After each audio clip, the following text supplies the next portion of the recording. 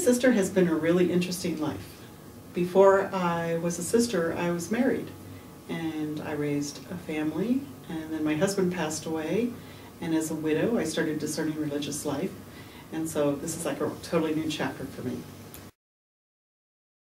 Oh, I think for me, the message that we are standing with the poor was really important to me. I already was working with the homeless in downtown Los Angeles, and it was important for me to be with women who also felt that we had to be standing in solidarity with those who are the poorest people. We really share our lives. I come home, well, we're all tired because we all work, but I come home after having battled a freeway and traffic. And I always tell this one story. I was working, this is a time when I was working for a free clinic, and I worked with the homeless in downtown Los Angeles, and sometimes it was really, really hard.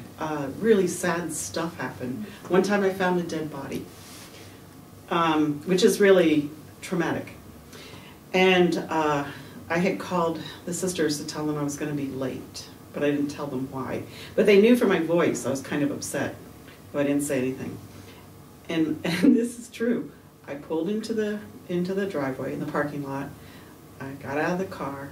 I got to the back door where I was putting my key in, and one of my sisters, Sister Carol, opened up the back door, and she had a glass of red wine, and she said, "We thought you might need this." Now, she didn't even know what had happened. They just knew from my voice that something had happened. So these women care about me. They care about what I do. They, we're not like, you don't have to be like best friends, but we actually care about each other much in the way you care about family. Sometimes I love my biological sisters and sometimes I hate them, but I can tell you that I always care about them, always. And it's the same thing in religious life. I care about these women I live with, and they care about me. So I don't know what other people think about community, but for me it's a natural way to live. It's a kind and peaceful way to live.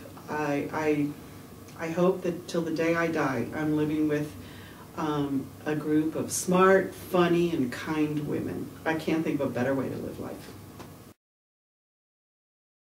I always tell people, I think the real difference between living religious life and living out your faith as a secular person is actually two things. And one is prayer.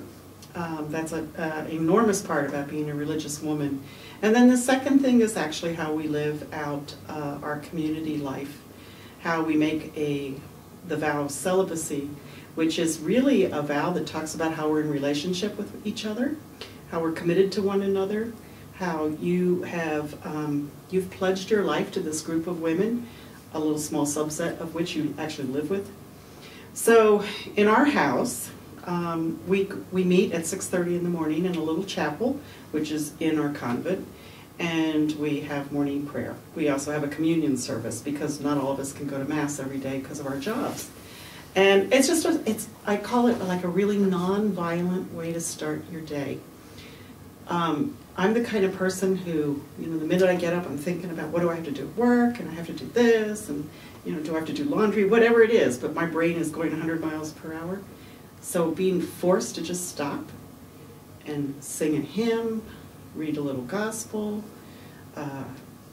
pray, do prayer petitions together, talk about the things that are important to us as religious women, receiving Eucharist, half an hour, and I've had this really quiet time to kind of get centered before I jump into a car and hit the horrible freeways of Los Angeles for over an hour to get to my job. I can't think of a better way to start your day. I really can't.